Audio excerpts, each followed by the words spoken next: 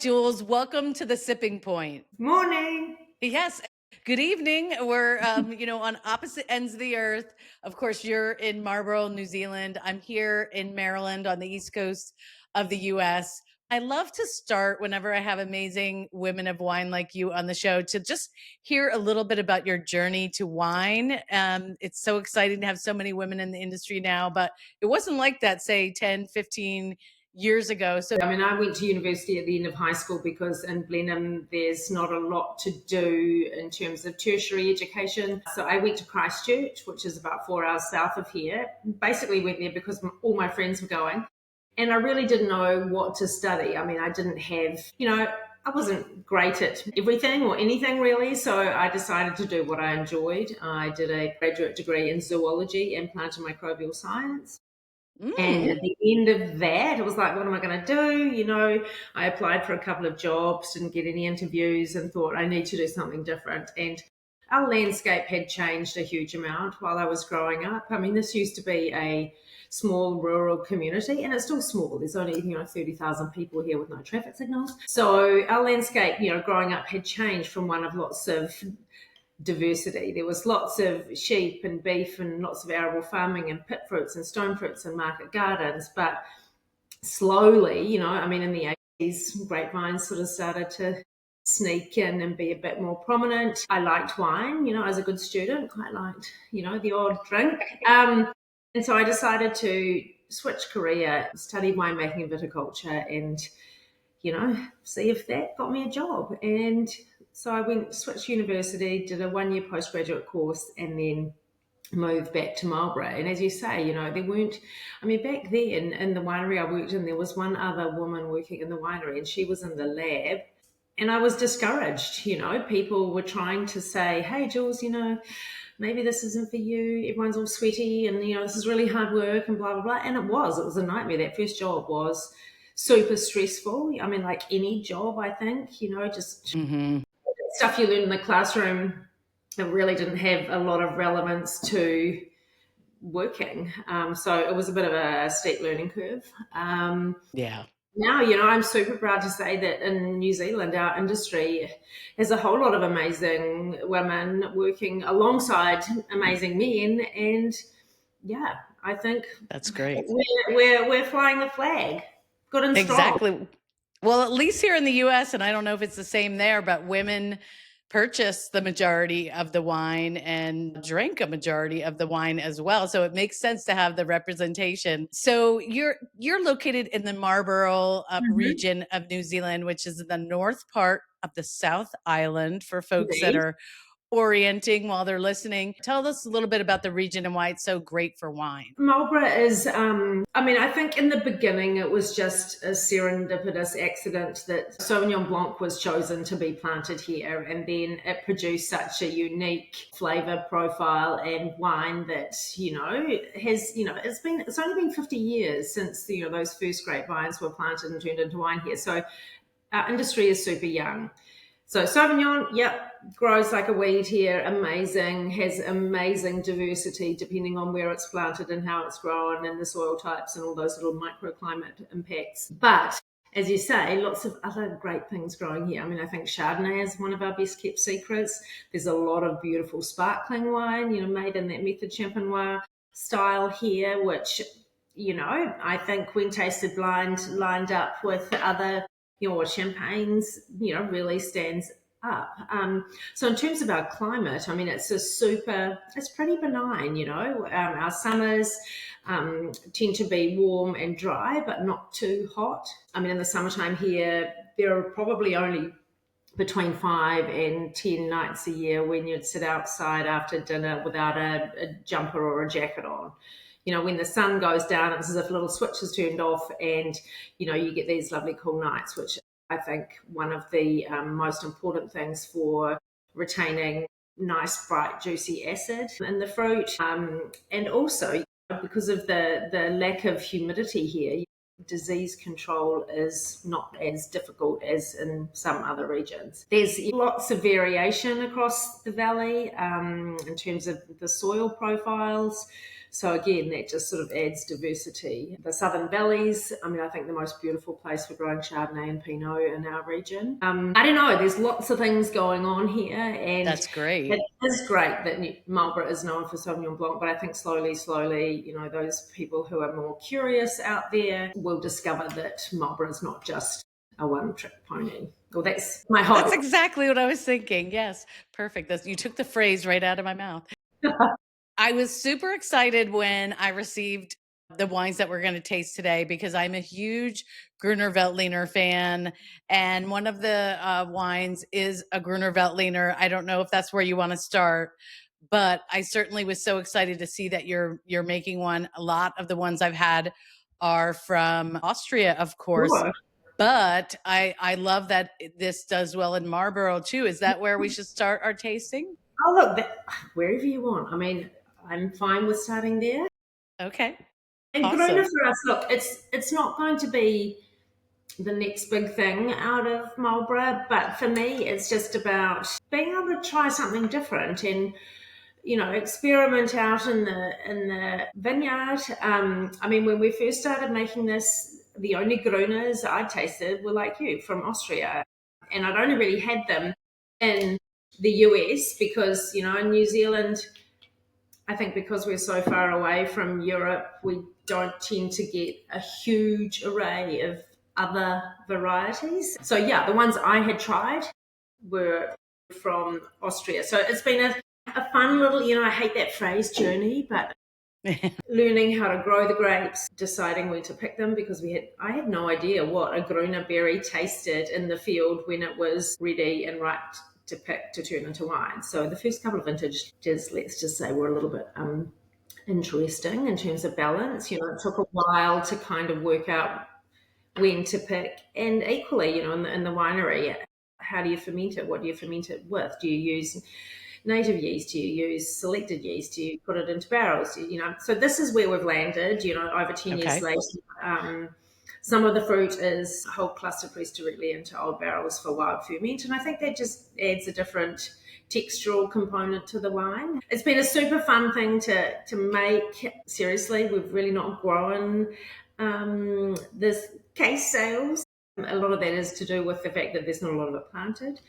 Having said that, we have planted another hectare on our home block, and so I'm excited to see how that goes. Yeah, nice. I'm assuming all these are available in the US Sure. currently. Yeah. Partners at Dreyfus Ashby, doing an amazing job at getting that out to the different distributors around the country. And yeah, I think it's really interesting when I come to the US and you turn up to a wine shop or a wine bar, and one of the first things you pull out is Gruner, and people, immediately it starts that conversation about, oh my God, we didn't know Gruner was in New Zealand, blah, blah, blah. And it's been a great conversation starter and sort of door opener for us. So it's a fun wine. Yeah, I love the freshness and the acidity. I know in Austria, one of their favorite pairings for Gruner or groovy, as I call it, for groovy is Wiener Schnitzel, but we kind of translate that in the US to fried chicken. As Fried anything fried is kind of complemented by cutting through that fat with the acid we have here. Is there anything you love to enjoy with this wine? I mean, I think it's a really interesting wine to match with foods that are difficult to match with wines, especially those kind of vegetables that are weird with Yeah, wine, asparagus. artichokes, and things like that. But I mean, for me, it's just a beautiful, light, sort of aperitif style wine that probably doesn't stand up to hugely strong or spicy flavors. But having said that, I mean, I don't know, drink it with anything, drink it with. Or on the back porch with a Yeah, jumper or not. sure. And it's just super. I mean, it's a super pretty wine. It's very aromatic, but as you It say, is. that nice bright acidity. I mean, I think that's the thing in all of the wines in Marlborough, that not acidic backbone, but there is a beautiful brightness to the acid that provides, I think, that backbone for all the other flavors to hang off. Yeah, I think we're super lucky with that acidity thing. I don't know. Absolutely. Yeah, and often, in the vineyard, we will pick based on that acid profile is super important. Yeah. A lot of winemakers say they can taste when they taste the grapes, they know from the taste of the grape when it's ready to be harvested. I mean, yes, they're still taking the measurements of the bricks, i.e., the sugar, but it's the taste that they're looking Yeah, for the flavor. You specific. can't change the flavor. You can manipulate those other things, but flavor is one thing that, you've got what you've got and you need to pick that one day in history. This is not making Coca-Cola, right? You can't just drive up Thank with a God. flavor profile, flavors, and add them all together and make a very, consistent product. Mother Nature, she's interesting, and so I think that's for me one of the great things about wine is that every year is slightly different. You That's know, true. yeah, super. Now, in the US, we're getting there, but for a long while, people had an issue with the screw Oh cap yeah, because when they see a screw cap, they think, oh no, it's going to be a cheap wine. It's no good. The corks are so charming and, nostalgic. But in New Zealand and Australia, I know for over 20 years, and it maybe it's even more, you all have yeah, been it's well over 20 years. I think in about 2001, yeah, that was when we saw a huge change in the screw cap direction. Our first vintage, in fact, the first three vintages of at JT we bottled under cork in 2003. It was dire. The cork taint and the Riesling was terrible. And I just said, never again. I want my wine to turn up to you exactly how it leaves here. And I think the thing with cork taint for me is sometimes it just dulls the fruit. So you don't necessarily see that TCA, that trichloroanisole, you know, musty, damp, mildew. you just go, oh God, this wine's got no kind of aromatics and blah, blah, blah. So, you might not buy it again. And every bottle in that case can be slightly different depending on the cork. So I think screw caps, I think they're brilliant. You don't have to remember to take your wine knife to the picnic. Yeah. They're Yeah. convenient. I think they look good and they work.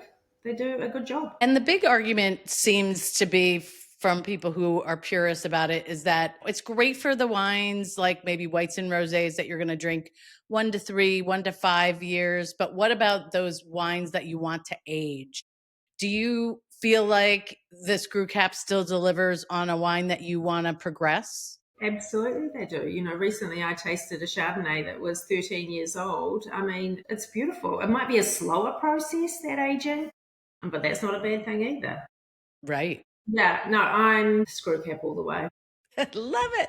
All right. So, speaking of the screw cap, the second one we have here is the flagship, the Sauvignon Blanc. Yes. And 2024 vintage. So, this is probably, if people have tasted a wine from Marlborough, New Zealand, it's probably a Sauvignon Blanc. Then Sure. maybe second, a Pinot, I would probably say. But Mhm. Sauvignon Blanc is wildly popular here, and especially from your region. I know you said there's a lot of diversity in the style from where the vineyards are located. Yeah. What would you say is your signature style of your Sauvignon Blanc? So I would say it's a more ripe style, so more of that kind of passion fruit. There is a little bit of that kind of jalapeno pepper thing going on, but not from, cut up ones. And a little bit of citrus. So what we try to do is, I mean, I think, over the 30 plus years I've been involved in the industry, we have seen an evolution in Sauvignon from a much greener, much more of that cut grass, cut capsicum, kind of harder acid and more acidic, slightly lower alcohol to something that's slightly richer, rounder, a lot more, I don't know, just diversity and flavor. So we tend to leave the fruit on the vines, quite a bit longer till it's pretty ripe. I mean, this has an alcohol over 13 and a half, which is, I mean, it's getting up there, but you need, most years you need to get it quite sugar ripe to get those, to move the flavors from those really harsh greens to lovely, ripe, sexy greens. There's a difference between hard and horrible and ones that make you go, oh my God, I've got, I need to have a glass of milk or an antacid to, those beautiful, slightly richer, lower in acid wines. I mean, I love this wine. I think It's for me, beautiful. it's it's not super pungent. It doesn't blow your head off, which means it's much. I think it has a much wider appeal to lots of different drinkers. You can actually match it with foods and not have it overpower them. I think I'm one of very few winemakers who drink a decent amount of it.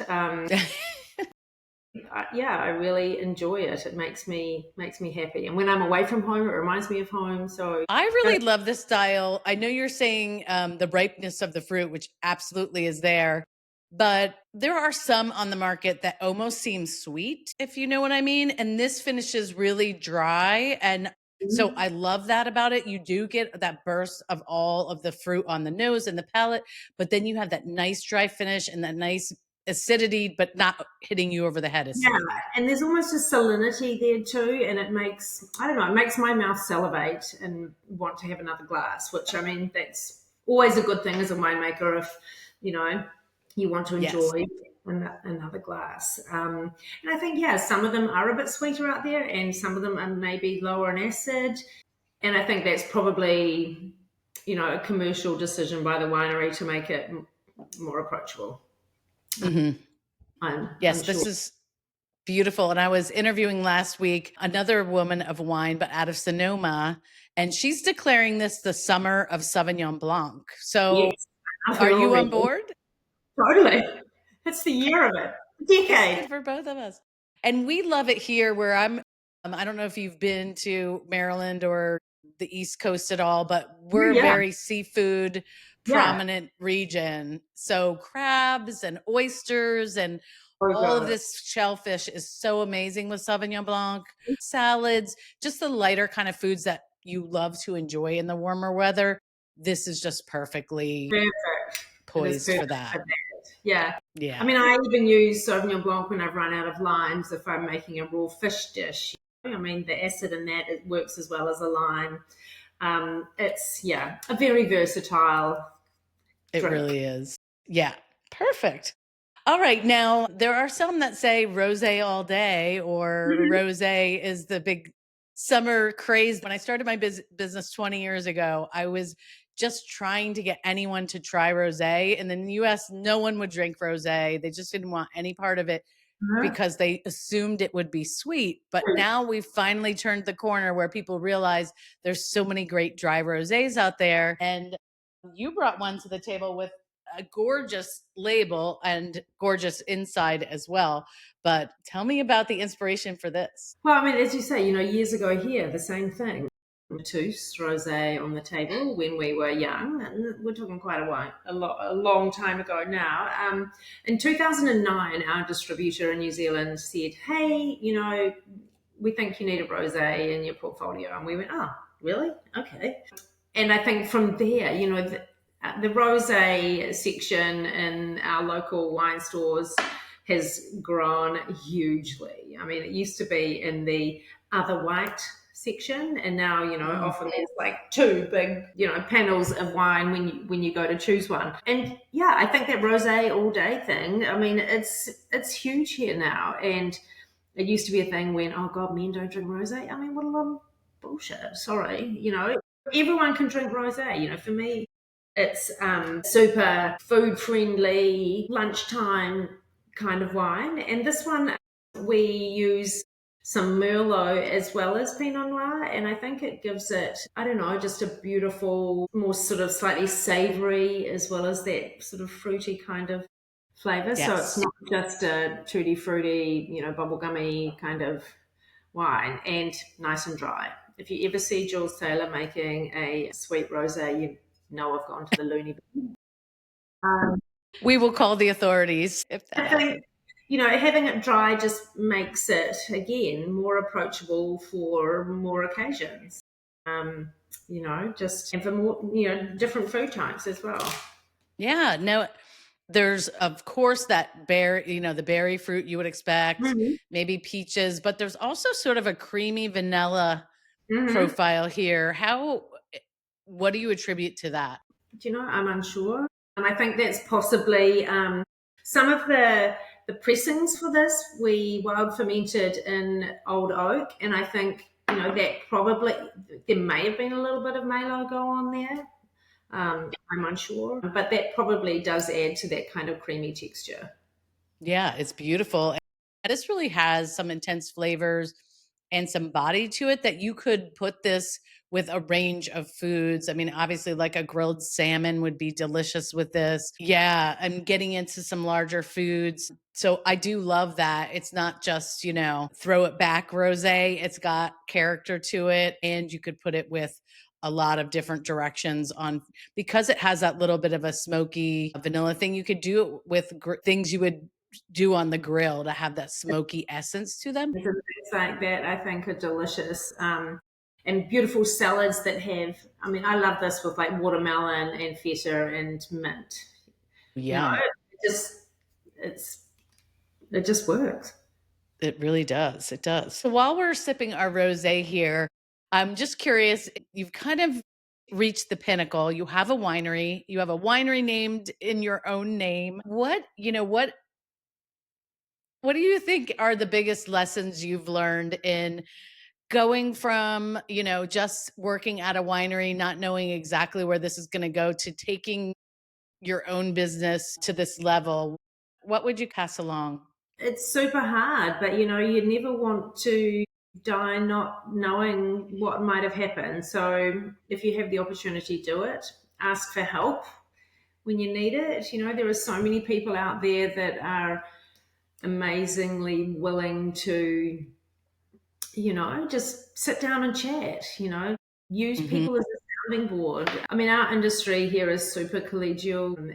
And if you've got a wine that you're not sure about, or you just want someone else's input because you've been too close to it, you just phone a friend and say, hey, can we meet and, I'll buy you a coffee, but before that, let's look at this wine and just get some That's input from nice.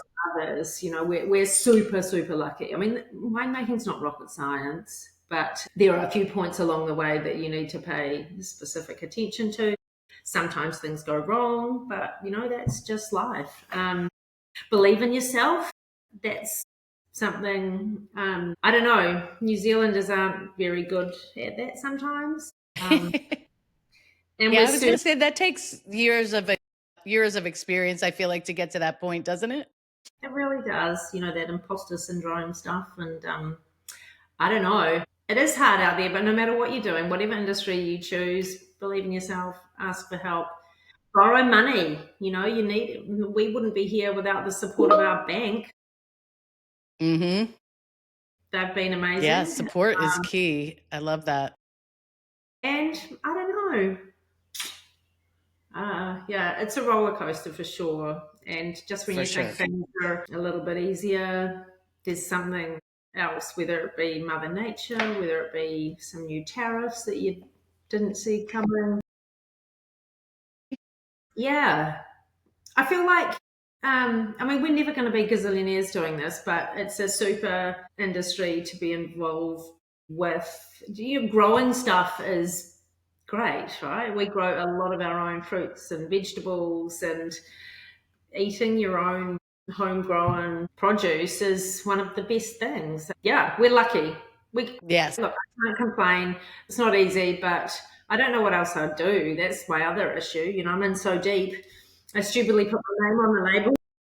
I love it. Well, one last question. So I love to ask this because are there any wine myths out there that you feel like wine drinkers believe one thing, but you just want to dispel? Yeah. I mean, the big one that you can only drink red wine with red meat. I mean, that's rubbish. I mean, imagine, a beautiful piece of seared tuna with a delightful Pinot Noir. I mean, Yeah, that's true. I mean, salmon, when I went to Willamette mm, Valley, Oregon, which they make excellent Pinots here in the States, I had salmon with Pinot Noir for the first time. This was years amazing. ago. And I was like, this is brilliant. It's so good. Yeah. Yes, Imagine, perfect.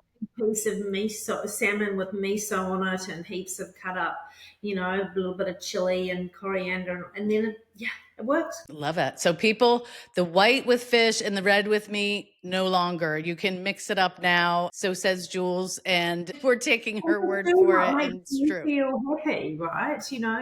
I think wine, can be a little bit, if you don't understand it, I mean, who cares?